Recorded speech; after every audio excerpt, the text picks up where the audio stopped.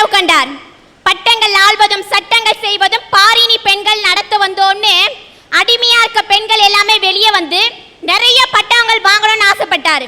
இன்னைக்கு நாங்க வாங்கியிருக்கோம் நிறைய பட்டங்கள். ஆனா எப்படிப்பட்ட பட்டங்கள் தெரியுங்களா?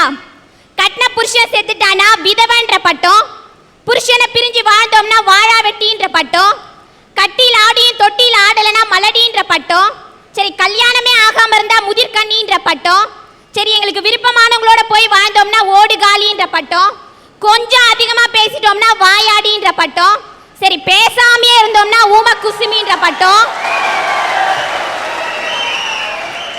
இன்னைக்கு எத்தனை பட்டங்க எங்களுக்கு இந்த சமுதாயத்துல, இத்தனை பட்டங்களையும் இன்னைக்கு தாங்கிக்கிட்டோம். நாங்க இன்னைக்கு பறக்கணும் தான் ஆசைப்படுறோம், சாதிக்கணும் தான் இன்னைக்கு நினைக்கிறோம். ஆனா எங்களை சுத்தி இருக்க மனித மிருகங்கள் அவங்களுடைய பாலியல் கொடுமைகளினாலும் இன்னும் எத்தனையோ கொடுமைகளினாலும் சாதிக்க வேண்டிய பெண்களை இன்னைக்கு சாம்பல் ஆக்கிட்டு இருக்காங்க. அந்த மாதிரியான பாலியல் வன்முறையிலான பெண்களை கொடுமைப்படுத்துகின்ற மனித மிருகங்களை தான் இன்னைக்கு நாடு கடத்தணும்னு நான் பேச வந்திருக்கேன். சபாஷ். இன்னைக்கு நாங்க ஒரு பஸ்ல போனோம்னா அங்க 1000 இடிகளை நாங்க இன்னைக்கு தாங்க வேண்டியதா இருக்கு, 1000 அசிங்கங்களை நாங்க இன்னைக்கு பொறுத்துக்க வேண்டியதா இருக்கு, 1000 அசிங்கமான அசைவுகளை நாங்க இன்னைக்கு தாங்கிக்க வேண்டியதா இருக்கு. சரி, இதை போய் நாங்க இன்னைக்கு வீட்டுல சொன்னோம்னா நாங்க என்னவோ இன்னைக்கு ஒழுக்கமா தான் இருக்கோம். வீட்டுல என்ன சொல்வாங்கன்னா, அம்மா சமுதாயம் இன்னைக்கு இப்படி இருக்கு, நீ பொண்ணா பிறந்துட்டியே இன்னைக்கு பொறுத்துட்டு போன்றாங்க. நான் எல்லார்கிட்டையும் கேட்கிறேன், இன்னைக்கு நாங்க பொண்ணா பிறந்துட்டோம், பொண்ணா பிறந்தா நாங்க எல்லாத்தையுமே பொறுத்து போனன்றது இன்னைக்கு சட்டமா? போதும் யா போதும், பொறுத்து பொறுத்து பொறுத்து நாங்க அடிமையா இருந்த காலம் எல்லாமே போதும். இனிமேலே எங்களால பொறுக்க முடியாது. அதை பொறுக்க முடியாமதான் இன்னைக்கு நான் இங்க பொங்க வந்திருக்கேன். இதைத்தான் சொல்றேன், அடிப்படையில் நீ பொங்கினால் போதாது, பொங்க வேண்டும் என்று நினைத்த காரணத்தால் தான் தங்கு தடையின்றி தமிழ் கொண்டு பொங்கு பெண்ணே என்று சொல்லத்தான் இந்த அரட்டை அரங்கம் உங்களை போன்ற இளம் பெண்களை இங்கே அழைத்திருக்கிறது. இன்னைக்கு மருமகளை மகளா நினைக்கிற எத்தனையோ நல்ல மாமனார்கள் இன்னைக்கு இருக்காங்க.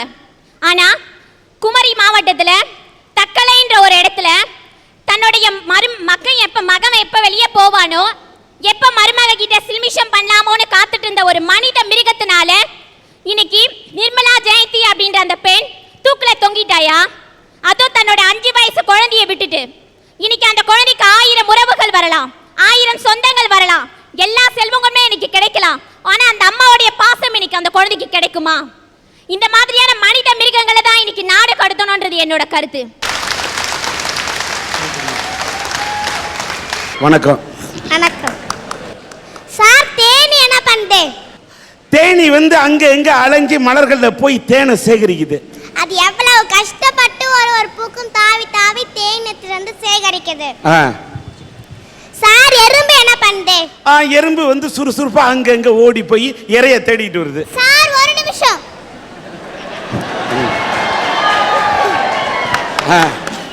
பாப்பா கேட்டாங்க எறும்பு என்ன பண்ணுதுன்னு, அதுக்கு நீங்களும் ஒரு பதில் சொன்னீங்க சார். இதே ஒரு நடிகையை கேட்டிருந்தா என்ன தெரியுங்களா சொல்லுவாங்க? சின்ன ராசாவே சித்திரம்பு என்ன கடிக்குது அப்படிதான் சார் பாடிருப்பாங்க. சீமா, நீ ரொம்ப ஓவரா போயிட்டு இருக்க. சார் காக்கா குருவியா என்ன சார் பண்ணுது? காக்கா குருவில அங்க இங்க பறந்து தன் இறை தேடிட்டு வருது. அது எவ்வளவு கஷ்டப்பட்டு ரொம்ப தூரம் போய் தான் குஞ்சுகளுக்கு யாராச்சும் தான் குஞ்சுகளுக்கு கொடுத்து சாப்பிடுது. 5 அறிவு படிச்ச விலங்குகளே தன்னோட கடமையை செய்யறப்போ 6 அறிவு படிச்ச சில இளைஞர்கள் மட்டும் தன்னோட கடமையை செய்யாம வீணா பழுது பாக்கி இருக்காங்க சார். சபாஷ். தேனி என்ன பண்ணுது, எறும்பு என்ன பண்ணுது, காகம் என்ன பண்ணுது, எல்லாம் சுறுசுறுப்பா இயங்கி இறைச்சேக்குது. ஆனா வாழ வேண்டிய வயதுல இளைஞர்கள் எல்லாம் பொழுதுபோக்கே வாழ்க்கை என்று வாழ்க்கையை வீணாக அடித்துக் கொண்டு சுற்றித் திரிகிறார்களே, அந்த இளைஞர்களை பற்றி பேச வந்திருக்கிறேன் என்று ஒரு அரும்பு முள்ளையாக இருக்கக்கூடிய ஒரு சிறு இந்த குழந்தை பேசும்போது நான் ஏன் இந்த இந்தியா நிமிர்ந்து நிற்காது? சபாஷ், உனக்கு என்னோட பாராட்டு. பாரதியார் என்ன சொன்னார் சார்? பாரதியார் என்ன சொன்னார்? பாரதியார் நீ சொன்னாதான் தெரியும். ஓடி விளையாடு பாப்பான்னு சொன்னார். சரி, எதுக்காக சார் சொன்னாரு? ஒரு உடல் ஓடி விளையாண்டா உடம்புல நல்ல ஆரோக்கியமா இருக்குன்னு சொன்னாரு. படிச்சிட்டு இருந்தா மட்டும் போதாது, நல்லா சுறுசுறுப்பா ஓடி விளையாடுன்னு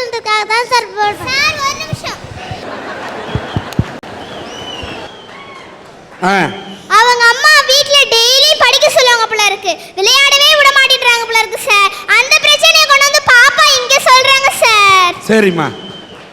சார் அதுக்கு ஒன்றும் நான் சொல்லல சார். குழந்தைங்க படிச்சுட்டு இருந்தா மட்டும் போதா சார், சுறுசுறுப்பா ஓடி விளையாட்டு இருந்தா சார். அதுக்காக தான் சார் சொன்னேன். சரி, ஓடி விளையாடணும், ஓடி நல்லா விளையாடலாமா? பாரதியார் சொன்னார். அவர் குழந்தைகளுக்கு மட்டுமா சார் சொன்னாரு? இளைஞர்களுக்கு தான் சார் சொன்னாரு. இளைஞர்களுக்கும் சொன்னாரு. சரி. எப்படின்னா குழந்தைங்களா இருக்கிறப்போ சுறுசுறுப்பா விளையாடணும்.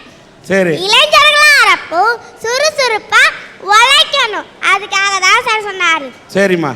சார் அவை பாட்டி என்ன சொன்னாங்க? என்ன சொன்னாங்க சொல்லு. திரைக்கடலோடையும் திரவியம் தேடுன்னு சொன்னாங்க. அவங்களாம் அந்த காலத்து மனுஷங்க.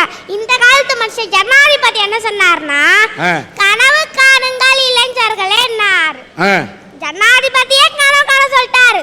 அதுக்குன்னே சில இளைஞர்கள் படுத்துக்கிட்டு வீட்டுல பொழுது போக்கிட்டு வீணா நாளைக்கு என்ன சினிமா போகலாம், நாளைக்கு அப்பா கிட்ட இருக்கிற பணத்தை எப்படி போய் சொல்லி வாங்கலாம், நாளைக்கு என்ன பார்க்கு போகலாம், நாளைக்கு எந்த பீச் போகலான்னு கலர் கனவு காண்றாங்க சார். நம்ம எப்படி முன்னேறலாம், நாட்டை எப்படி முன்னேற்றலாம் திட்டம் போட சொன்னாரு சார். திட்டம் போட சொன்னாரு. சபாஷ்.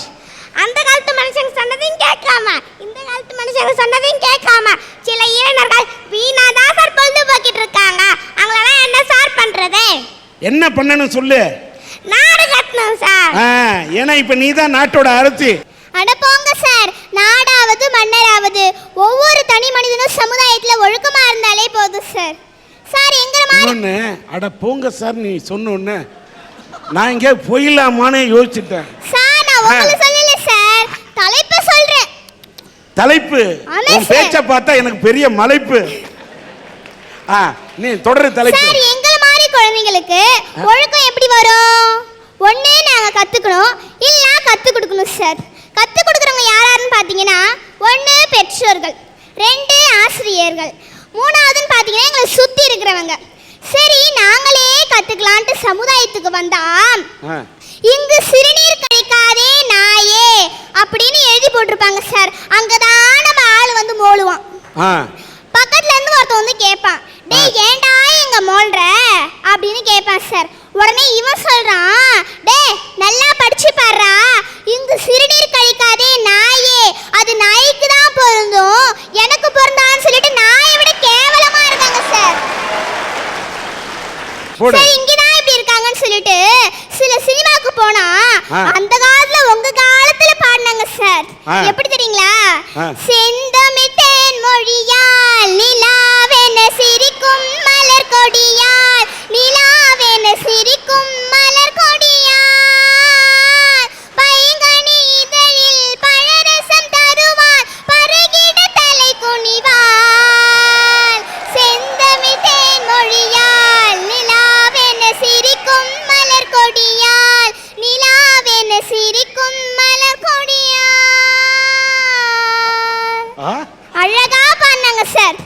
ஆனா எங்க காலத்துல பாடுறாங்க, ஆ முதல் அக்கு தானடா, ஹா ஹா அக்கா முன கிக்கு தானடா, ஹா ஹா ஏ முதல் சட்டு தானடா, இவ எவர் சில்வர் தட்டு தானடா, கொட்டாங்குச்சிக்குள்ள வயண்டி ரெண்டு பேரும் கூட்டாஞ்சோறு ஆக்கி தின்னலாம், 8ஆம் நம்பர் போல தேகத்தை நான் இப்போ 1ஆம் நம்பர் ஆக்க போறேன் டா டா டா, யப்பாஞ்சி பாவா பாவா பா, யப்பாஞ்சி பாவா பாவா பா.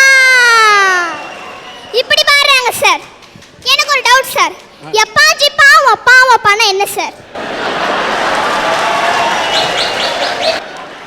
என்ன மீனிங் என்ன கேக்குறேன், நான் எங்க போய் மீனிங் சொல்றது? எங்க தமிழ் இது மாதிரி தான் சார் போய் கேட்டேன். எங்க தமிழாக்காவது தெரியும் போய் கேட்டேன் சார். சார் ஒரு நிமிஷம், நானும் கொஞ்ச நேரமா பார்த்துட்டு இருக்கேன். அந்த அக்கா சினிமா பாட்டே தான் ஒழுங்கா. சபாஷ். என் பாரதி கண்ணம்மா, நீதான் இந்த பாராட்டும் பெண்ணம்மா. சபாஷ். எங்க தமிழையாகிட்ட இப்படிதான் சார் போய் கேட்டேன் நானு. இந்த பொண்ணுக்கு விவரம் தெரியல. சின்ன ராசாவே சித்தருந்து ஒண்ணு கடிச்சுதா. இந்த பாட்டோட மகிமை பாரதியார் பாட்டுல வருமா? அப்படின்னு நம்ம இளைஞர்கள் நினைக்கிறாங்கல்ல. ஆமா சார்.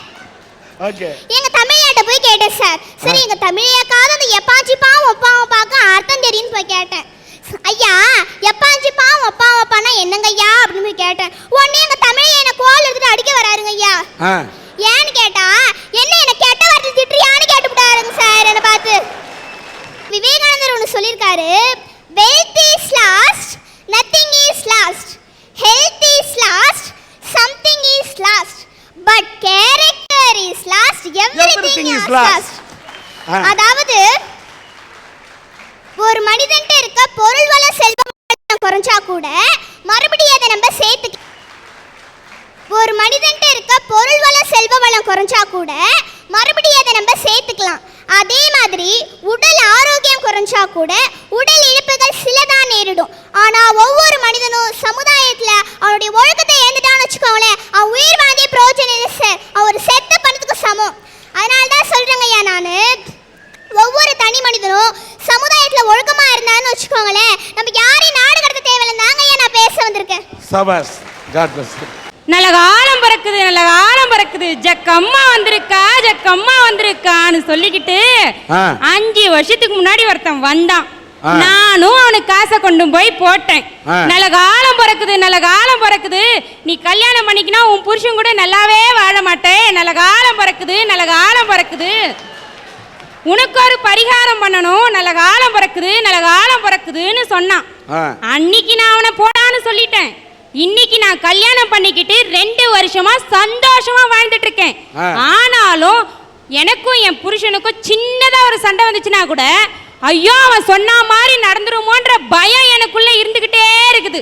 இந்த குடுகுடுப்புக்கார மாதிரி பொய்யே பேசி மக்களை ஏமாத்திட்டு வாழ்ந்துட்டு இருக்கான் பாரு, இவனுங்களை தான் இந்த நாட்டை விட்டு கடத்தணும்னு நான் பேச வந்திருக்கேன்.